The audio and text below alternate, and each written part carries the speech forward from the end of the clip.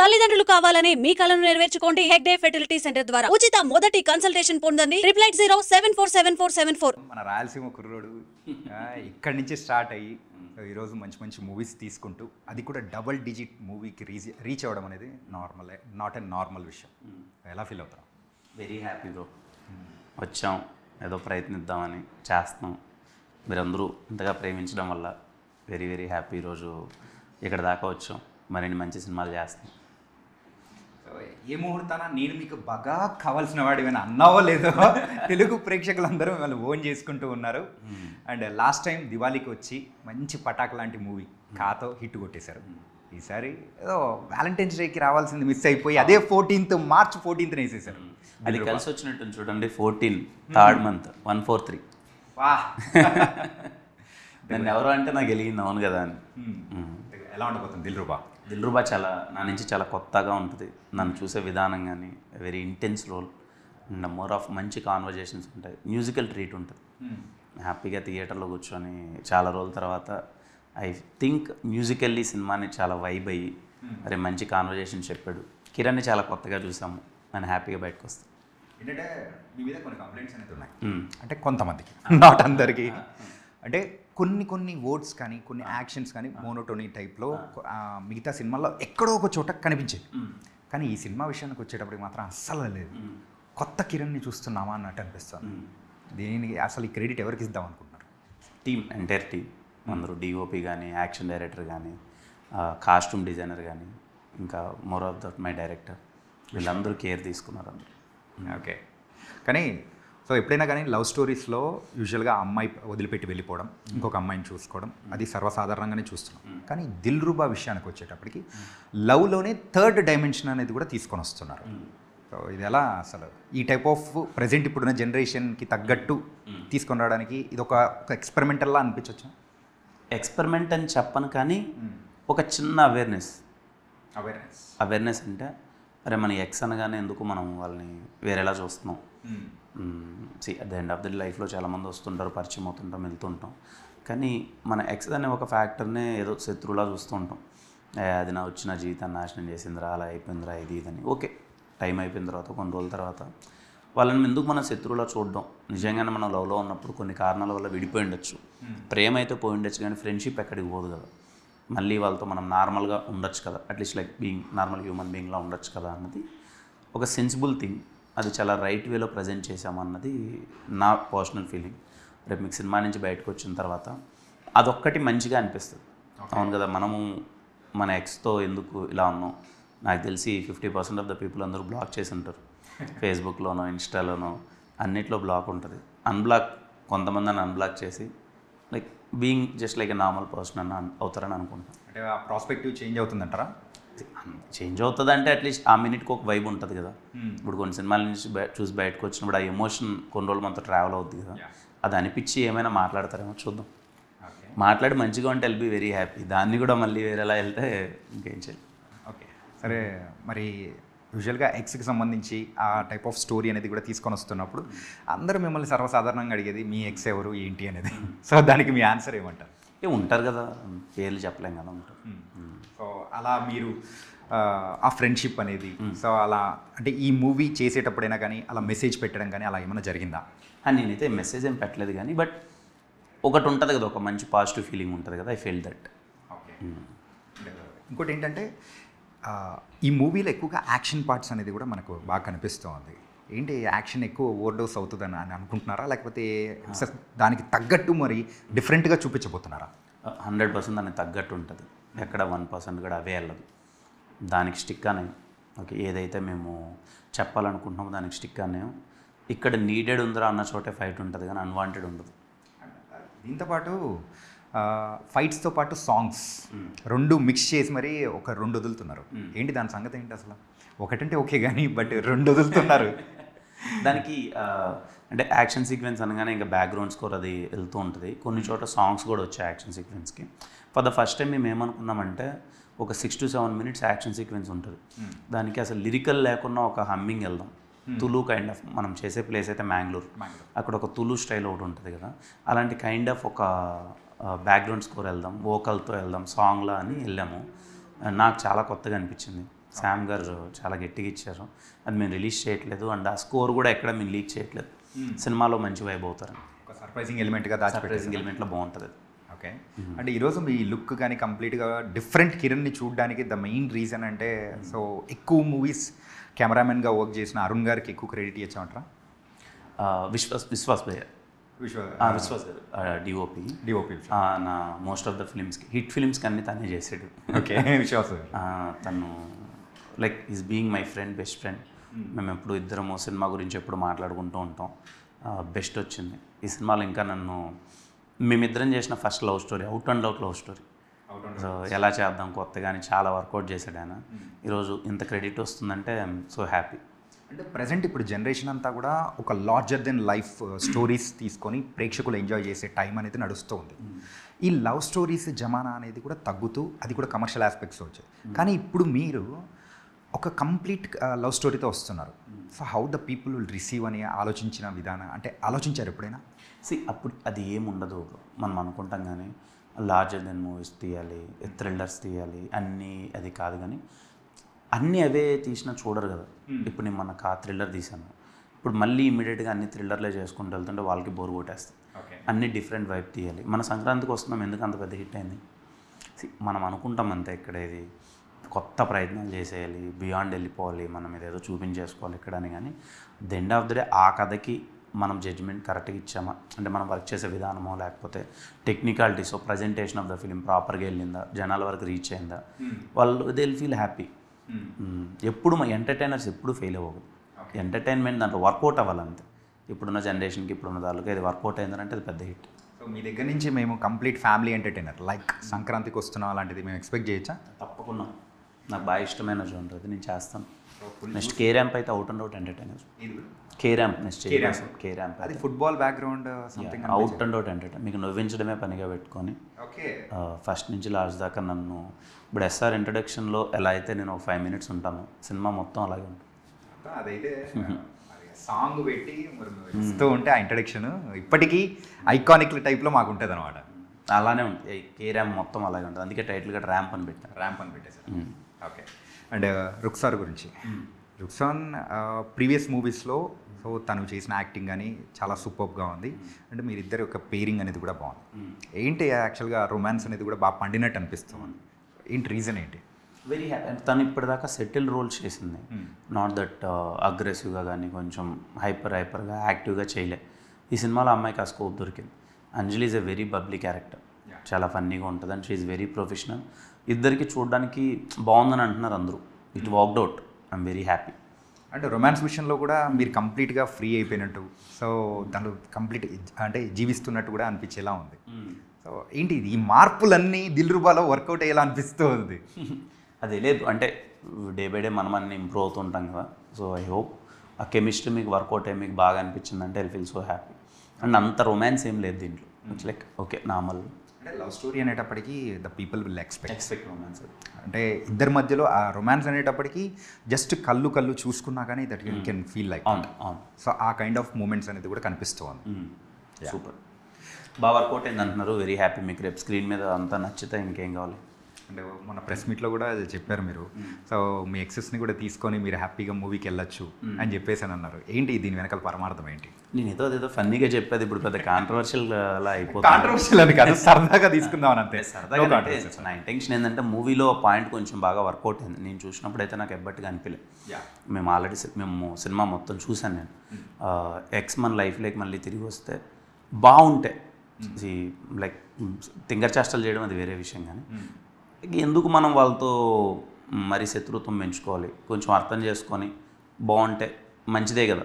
మన లైఫ్లో ఎంతో కొంత మన టైంని మనతో ఉన్నవాళ్ళే కదా, 1 year అవ్వచ్చు, 2 years అవ్వచ్చు. అందుకనే ఇఫ్ దెర్ ఈజ్ మీకు టచ్లో ఉంటేనో లేకపోతే ఎక్కడ వేరే వాళ్ళతో ఎవరితో ఉన్నా పెళ్ళి అయిపోయినా ఎక్కడున్నా you can just say hi and Dilruba emotion మీకు కనెక్ట్ అవుతుంది. చాలామందికి ఎక్స్లో అంటే లవ్లో ఉండి ఫెయిల్ అయ్యి వేరే ఎక్స్ ఉండి సినిమా చూసేటప్పుడు నిజంగా నా లైఫ్లోకి ఎక్స్ వస్తే ఎలా ఉంటుంది అన్న థాట్ అయితే కంపల్సరీ వస్తుంది. అందుకనే నేను if there is any possibility తీసుకెళ్ళండి అని చెప్పాను. ఓకే. దానికి అందరూ ఇంకా అలా వేరేలా అర్థం చేసుకుని హస్బెండ్ నువ్వు ఒప్పిస్తావని వేసుకుంటున్నారు అంత. కా మూవీ కంటే ముందు ఈ మూవీ అనేది కూడా వచ్చింది. ఇంకా అక్కడ మెయిన్గా శామ్ గారి గురించి. శామ్ గారు ఇందులో అంటే ఈ ప్రాజెక్ట్లోకి రావడానికి ద రీజన్ ఎలా మొదలైంది అసలు? అంటే దిల్రుబాకి ఎవరితో వెళ్దామని డిస్కస్ చేస్తున్నప్పుడు ఫస్ట్లీ శామ్ గారు మనందరికీ తెలుసు బ్యాక్గ్రౌండ్ స్కోర్ చిత్త కొట్టేస్తారు. కొంచెం నాకు తను చేసిన ఒక సినిమాలో ఒక పాట చాలా ఇష్టం, కన్నమ్మ అది ఒక సాంగ్ ఉంటుంది. అది నాకు చాలా పర్సనల్ ఇష్టం. ఎస్ఆర్ కళ్యాణ్ మండపం సినిమా చేసేప్పుడు ఆ సాంగ్ని రెఫరెన్స్గా పెట్టుకొని నేను ఒకటి చేశాను. అరే ఈయన లవ్ సాంగ్ బ్రో, అది నేను ఎస్ఆర్ కళ్యాణ్ మండపంలో, అదే ఎస్ఆర్ కళ్యాణ్ మండపంలో ఆ సాంగ్ లేదు. నేను విజువల్స్ తీసేటప్పుడు కానీ ఏదైనా కాలేజ్లో అలా తీద్దామని నేను అనుకున్నా ముందు. నాకు ఆ పాట ఎప్పటి నుంచో బాగా గుర్తుండే, ఆయన బాగా చేస్తారు, ఎందుకో లవ్ జోనర్ టచ్ చేయట్లేదు అనే దాంట్లో ఉండి శామ్ గారిని అప్రోచ్ అవుదామని అప్రోచ్ అయ్యాను. నాకు కథ బాగా నచ్చి చేద్దామని ఫస్ట్ దిల్రుబా అప్రోచ్ అయ్యాను. దిల్రుబా తనకి బాగా నచ్చి ఫస్ట్ ఒక 3 సాంగ్స్ పంపారు. నాకు చాలా బాగా నచ్చాయి. అరే ఇంత రిఫ్రెషింగ్గా ఉన్నాయి కదా, చాలా బాగున్నాయి కదా అని శామ్ గారితో వర్క్ చేసాం. వెళ్ళే ప్రాసెస్లో వెరీ కంఫర్టబుల్ పర్సన్.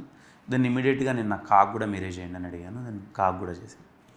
ఆ తర్వాత మీ యొక్క కంప్లీట్గా ఈక్వేషన్స్ అన్నీ మారిపోయినట్టు అనిపిస్తుంది కదా. సో ఈ ఈక్వేషన్స్ ఇప్పుడు దీని మీద సో ప్రెషర్గా పడుతుందా, లేకపోతే అది పాజిటివ్గా అనేది పడుతుందంటారా? నేను అసలు ఏ ప్రెషర్ తీసుకున్నాను, ఏ సినిమాకి ఆ సినిమా ఒకటైతే డిసైడ్. ఒకటి మాత్రం చెప్పాలి, ఒక అంత పెద్ద హిట్ ఇచ్చిన తర్వాత ప్రేక్షకులు మీ దగ్గర నుంచి ఎక్స్పెక్టేషన్స్ అనేది కూడా పెంచుకొని ఉంటారు. సో ఆ బాధ్యత అనేది కూడా మీ మీద పెరుగుతుంది కదా. సో అట్లాంటప్పుడు ద కేర్ఫుల్నెస్ కానీ, అరే తీయాలంటే సో ఇంకా ఎక్కువ వర్క్ చేయాలి పోయి ఇప్పుడు కాదు ఇంకా అని పరిగెట్టే జీల్ అనేది వచ్చేస్తుంది కదా. నేను ఆ రకంగా అడిగాను. నేను చాలా కాన్షియస్గా ఉన్నాను. ప్రెషర్ అని చెప్పను కానీ కాన్షియస్గా ఉన్నాను. ఏ కథ చేసినా 1కి 10 సార్లు చెక్ చేసుకుంటున్నాను. ద బెస్ట్ స్క్రీన్ ప్యాక్ తీసుకొచ్చే ప్రయత్నం చేస్తున్నాను. అందుకే అసలు ప్రెషర్ లేదు. ఇంతకుముందు ఎక్కువ ప్రెషర్ పడేవాడిని, నాకు తెలిసిపోయేది ఇది కాదని. ఇప్పుడు everything is in my control. ఏమున్నా ముందే మాట్లాడుకుంటున్నాను, ముందే 1కి 20 సార్లు కథ చెక్ చేసుకుంటున్నాను. డైరెక్టర్ గారితో ట్రావెల్ అవుతున్నాను. నాకు ఏదైనా కన్సర్న్స్ ఉన్న ప్రొడ్యూసర్ గారికి ముందే చెప్తున్నాను. ఇవన్నీ చూసుకొని వెళ్తున్నాను కాబట్టి నాకు అసలు ప్రెషర్ లేదు. I deliver very very good films. You all will be proud of the films I do. అందుకేనా కొన్ని ప్యాచ్ వర్క్స్లో కూడా కొన్ని రీషూట్స్ అనేది కూడా జరిగిన సందర్భం అందుకేనా అనుకోవచ్చా? ఈ సినిమా ఏంటంటే ముందు ఒప్పుకున్న కదా, అప్పటికి ఇప్పటికీ అయినా చిన్నవి చేయొచ్చా, స్కోప్ ఉన్న చోటంతా బెటర్మెంట్ చేయొచ్చా అన్నవి చేసాం. దానివల్లే మార్పులు తప్ప అంతకుమించి ఏం లేదు. మన అన్నీ చేయలేము, చేయగలిగినవి కొన్నైనా చేసుకుందాం, బెటర్గా సినిమా ట్రీట్మెంట్ మారుద్దాం, బెటర్గా ఇద్దామనే ప్రయత్నంలో చేసాం. దిల్రుబా అనేది ఏ సెట్ ఆఫ్ ఆడియన్స్కి ఎక్కువగా నచ్చే అవకాశాలు ఉంటుంది? Youth 20 to 40. 40 కూడా యూత్లో చేసేసారు. 40 ఏళ్ళు వాళ్ళే ఎక్కువ యూత్ఫుల్గా ఉన్నారు ఇప్పుడు. వాళ్ళు మనం అంకుల్స్ అనుకుంటాం కానీ వాళ్ళే 40 years వాళ్ళు ఇంకా వాళ్ళే మంచి యూత్గా ఉంటారు. వాళ్ళతో ఎప్పుడైనా మీరు మంచి సిట్టింగ్ ఏంటి, వాళ్ళే మేమ్రా యూత్ అని అంటారు. ఇప్పుడు వచ్చే మీమ్స్ కానీ గేమ్స్ కానీ ఏం మనికిరా, అంతే కదా, మొత్తం దొరికేది అక్కడి నుంచి అంతే కదా. ఓకే, అని సూపర్ బ్రో. అంటే అలాగే ఫస్ట్ రియాక్షన్ ప్రివ్యూ చూసి మొత్తం మూవీ అయిపోయిన తర్వాత చూసిన తర్వాత డైరెక్టర్తో మీరు ఫస్ట్ ఎక్స్ప్రెస్ చేసుకున్న ద థింగ్ ఏంటి విశ్వతో? నేను రీసెంట్గా చూశాను మొత్తం బ్యాక్గ్రౌండ్ స్కోర్ అంతా అయిపోయిన తర్వాత. చూసి వచ్చేలా బయటకు వచ్చి మనం ఏదైతే ఎమోషన్ చెప్పాలనుకున్నాం ప్రాపర్గా కన్వే అయిపోయింది, అన్నీ బాగా వర్కౌట్ అయిపోయినాయి, ఇంకా మనం హ్యాపీగా ఉండొచ్చు అన్న ఒక డిస్కషన్. దాంతోపాటు ఇంకొక వర్డ్ అనేది కూడా యూజ్ చేశారు. ఏది? ఇంకో వర్డ్ కొట్టేసాను డార్లింగ్ అని. అవునా? నేను జస్ట్ కొట్టేసామని చెప్పేసి అన్నాను. లేదంటే వేరే కాన్ఫిడెంట్ అవ్వదు. ఎందుకంటే ఇప్పుడు అంటే చాలా అన్నీ మేము చెక్ చేసుకుంటూ వస్తున్నాం కదా. వెన్ ఫైనల్ అవుట్పుట్ చూసినప్పుడు I'm confident we're delivering decent output project. అంటే మ్యాంగ్లూరులో మీరు షూట్ చేశారు కాబట్టి ఆ అర్జున్ రెడ్డి వైబ్స్ అనేది వస్తుంది అనుకోవచ్చా, లేకపోతే దానికి దీనికి ఏమైనా లింక్స్ ఏమన్నా ఉన్నాయా? అది ఏమి ఉండదు. అప్పుడు అర్జున్ రెడ్డి వచ్చినప్పుడు కొంచెం యాంగర్ క్యారెక్టర్ కదా, అది చాలా బాగా పెద్ద హిట్ అయింది ఆ సినిమా. సో ఇంకొక ఏ యాంగర్ క్యారెక్టర్ వచ్చినా ఎక్కడో తెలియకున్నా రిలివెంట్గా అలా మాట్లాడతారు అంతేకాని దీనికి దానికి ఏ సంబంధం ఉండదు. సారీ అండ్ థ్యాంక్స్ ఎందుకు చెప్పరు బ్రో? అదే సినిమా మీరు ఆ పాయింట్ చుట్టే తిరుగుతుంది. అండ్ ఇంకొక మోస్ట్ ఇంపార్టెంట్ క్యారెక్టర్ గురించి కూడా అడగాలి, బైక్. ఆ బైక్ ఎమోషన్ మీకు సో సినిమాల్లోనే కాకుండా పర్సనల్గా ఉందా? నాకు బైక్ చాలా ఇష్టం. నేను ఫస్ట్ టైం బీటెక్లో నేను బైక్ నాకు కొనిచ్చింది బీటెక్ ఫస్ట్ ఇయర్లో FJDS.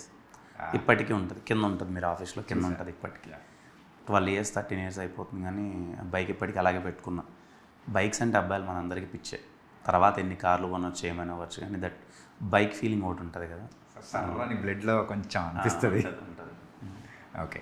సో మరి ఫ్యామిలీ ఎలా మీరు మ్యారేజ్ చేసుకున్న తర్వాత కూడా దానికి ఇంకొక సీట్ అనేది పెట్టించచ్చు కదా, ఓన్లీ సింగిల్ సీట్ ఎందుకు పెట్టించారు దేనికి? బైక్కి? అది చేసిన పర్పసే బాగుంటుంది కపుల్స్ కానీ. ఓకే. ఏదో ఉంది. ఓకే. సో చిన్న ర్యాపిడ్ ఫైర్ లాంటిది అంటే అంటే మెయిన్గా ఈ మూవీలో సో మన స్లాంగ్, రాయలసీమ స్లాంగ్ అనేది ఎక్కువ టచ్ చేయలేదు కాబట్టి కొన్ని వర్డ్స్ అడుగుతాను, దాని అర్థం ఏదో మీరు చెప్పేశారంటే ఇంకా బాగుంటుంది. అంటే నార్మల్గా మీరు చెప్పేస్తే సో మే అంటే ఏంటి రాయలసీమలో మనం మాట్లాడే తాళల్లో? మనం క్యూట్గా అమ్మాయిని మే అని పిలుస్తాం, పెళ్ళాన్ని కానీ అమ్మాయిని కానీ. సో మీరు ఇప్పుడు పిలుస్తున్నారా, యూజ్ చేస్తున్నారా వర్డ్? ఇప్పుడు అంత యూజ్ చేయండి. ఇప్పుడు అట్లా యూజ్ చేయట్లేదు. ఓకే. వీడు జాచోడరా, వీడు జాచోడరా, వీడు ఎక్స్ట్రా చేస్తాడు రా. కానీ ఈ వర్డ్ ఎక్కువగా ఎక్కడ యూజ్ చేయలేదు. నేను సినిమాల్లో చేయలేదు కానీ బయట చేస్తుండే. అవి జాస్తి మాట్లాడుకురేను అని మాట్లాడుతుంటాను. జాస్తి మాట్లాడుతుంటాడు జాచోడు అని చెప్పేసి. ఓకే. తోలుకొనిరా, తోలుకొనిరా, తీసుకొనిరా, తీసుకొని మనం తోలుకొనిరా అంటాం. అలాగే ఏదో మాదిరిగా ఉంది మామ, ఏదో తేడాగా ఉందిరా, ఏదో తేడాగా ఉంది. ఎక్కువ యూజ్ చేస్తుంటారా? నేను యూజ్ చేస్తాను. ఎక్కువ మాదిరిగా ఉంది మామ, నేను ఏదో మాదిరిగా అదో మాదిరిగా ఉందిరా అన్నట్టు మాట్లాడతాను. ఓకే. సో ఇది కొంచెం వర్డ్. మెట్టు అంటే మనం యూజువల్గా ఒకదానికి యూజ్ చేస్తాం, కాకపోతే ఇక్కడ మాత్రం వేరే రకంగా యూజ్ చేస్తాం. ఏంటది? మనం మెట్టు అంటే స్లిప్పర్ని అంటాం, మనం మెట్టు తీసుకొని కొడతా ఉంటాం మనం స్లిప్పర్ని. ఇక్కడ వీళ్ళు మెట్టు అంటే వాళ్ళు అది అనుకోరు, లైక్ దే టేక్ మెట్టు అంటే వీళ్ళు ఇది స్టెప్స్ అనుకుంటారు. చాలా డిఫరెన్సెస్ ఉంటాయి. మనము ఎరగడ్లు అంటాం మనం, ఇక్కడ ఎరగడ్లు అంటే తెలియదు వీళ్ళకి. వీళ్ళు ఎరగడ్లు అంటే మనం ఆనియన్స్ని ఎరగడ్లు అంటాం, వీళ్ళు అనరు. అది ఉన్నాయి కొన్ని అలా సరదాగా అటు అంతే తీసుకెళ్ళి వాళ్ళే తీసుకొని వచ్చినట్టు. అదే. సో భయ్య యూజువల్గా ఇంత స్టార్గా మనం ఎదుగుతూ ఉన్నా కానీ కొంతమంది డైరెక్టర్స్ దగ్గర వర్క్ చేయాలని ఖచ్చితంగా అనిపిస్తూ ఉంటుంది. సో అలా మీకు అనిపించిన డైరెక్టర్ ఎవరు? అలా ఇప్పుడు అది ఆ జోన్ అయితే లేను. సో హ్యాపీగా మనకు వచ్చింది, మనకు మంచి కథ ఎక్కడ వస్తే చూస్ చేసుకుని వెళ్దాం, అదైతే లేదు ఇప్పుడు ప్రస్తుతానికైతే. ఆ మైండ్ సెట్లో లేను. ఇప్పటివరకు మీరు అయితే కంప్లీట్ 10 మూవీస్ అనేది వర్క్ చేశారు. ఈ 10 మూవీస్లో ఏ హీరోయిన్తో మళ్ళీ వర్క్ చేయాలి అని అనుకుంటే ఏ హీరోయిన్తో వర్క్ చేస్తారు? అది కూడా లేదు. టు బి వెరీ హానెస్ట్, అది కూడా అదేం లేదు. నేను అలా ఎప్పుడు పెట్టుకున్నాను. ఇప్పుడు అది చెప్తే మళ్ళీ అదో ఇది ఎలాగో చెప్తారులే అన్నట్టుగానే, అందుకే అదేం లేదు. అంటే అలా ఎప్పుడు పెట్టుకోను అంతే. Okay. And now you are becoming a father, so ఆ ఫీలింగ్ ఎలా ఉంది బ్రో? మంచి గొప్ప ఫీలింగ్ బ్రో. అది సడన్ సర్ప్రైజ్. అది చాలా చాలా ఎగ్జైటెడ్గా ఉన్నాను. ఎప్పుడు ఇంత ఎగ్జైటెడ్గా లేనేమో లైఫ్లో. ఎగ్జైటెడ్గా ఉన్నాను, వెయిటింగ్. కంప్లీట్ ఒక డిఫరెంట్ జోన్లో ఉన్నారనుకోవచ్చు. బాధ్యతను అనుకోవాలా లేకపోతే హ్యాపీనెస్ అనుకోవాలా?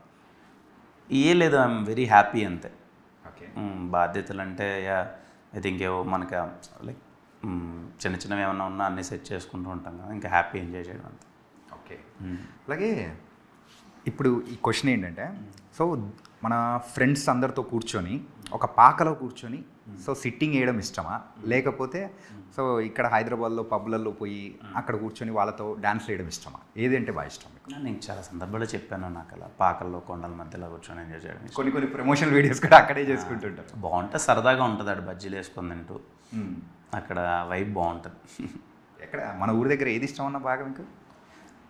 నేను రాయచీట్లో కొండ ఒకటి ఉంటుంది మన మదనపల్లి రోడ్లో. అక్కడ కొండ ఒక బండి ఉంటుంది కంప్లీట్గా, బండ మీద కూర్చుంటాం, బాగుంటుంది. ఇప్పుడు వెళ్ళి కూర్చుంటారా? మన ఎస్ఆర్కి లేని మండపం అయిపోయిన తర్వాత కూడా అంటే ఎవరికి తెలియదు, 8:30కి 9కి అలా వెళ్తాం నైట్, బాగా మూన్ లైట్. అక్కడే మనకు ఆ రోడ్లు మొత్తం ఇలా బజ్జీ షాపులు ఎక్కువ ఉంటాయి. కట్ బజ్జీ వేయించుకొని ఆ బండ మీద కూర్చొని ఫుల్ ఒక 11 దాకా అలా ఫ్రెండ్స్తో ఎంజాయ్ చేసి తర్వాత. సూపర్. అంటే యూజువల్గా ప్రేక్షకుల మధ్యలో ఈ మూవీకి వెళ్తున్నా కానీ థియేటర్లో వెళ్ళి చూస్తున్నాం అనేటప్పటికీ అరే ఈ మూవీ ఎందుకు చూడాలి అని ఎవరన్నా కానీ సెల్ఫ్ క్వశ్చన్ వేసుకున్నారనుకోండి, దిల్రుబా ఎందుకు చూడాలని మీరు అంటారు? మీరు కొంచెం రిఫ్రెష్ అవుతారు. ఓకే. ఇంకా ఇప్పుడు మనం ఒక సినిమాకి వెళ్తున్నప్పుడు అరే మనకు 2.5 hours కొంచెం బోర్ కొట్టించడు కదా ఇడు అని ఒక ఫీలింగ్. మమ్మల్ని బోర్ కొట్టించను, మంచి పాటలు ఉన్నాయి, మంచి ఒక మెసేజ్ ఉంది, నన్ను చాలా కొత్తగా చూస్తారు. మీరు థియేటర్లో ఉన్నంతసేపు ఏదో ఒక ఎలిమెంట్ మీకు నచ్చుతూ ఉంటుంది. హ్యాపీగా మీ టైంని అయితే నేను కిల్ చేయను. సో మీ మూవీ టైం అన్నది ప్రాపర్గా ఉంటుంది.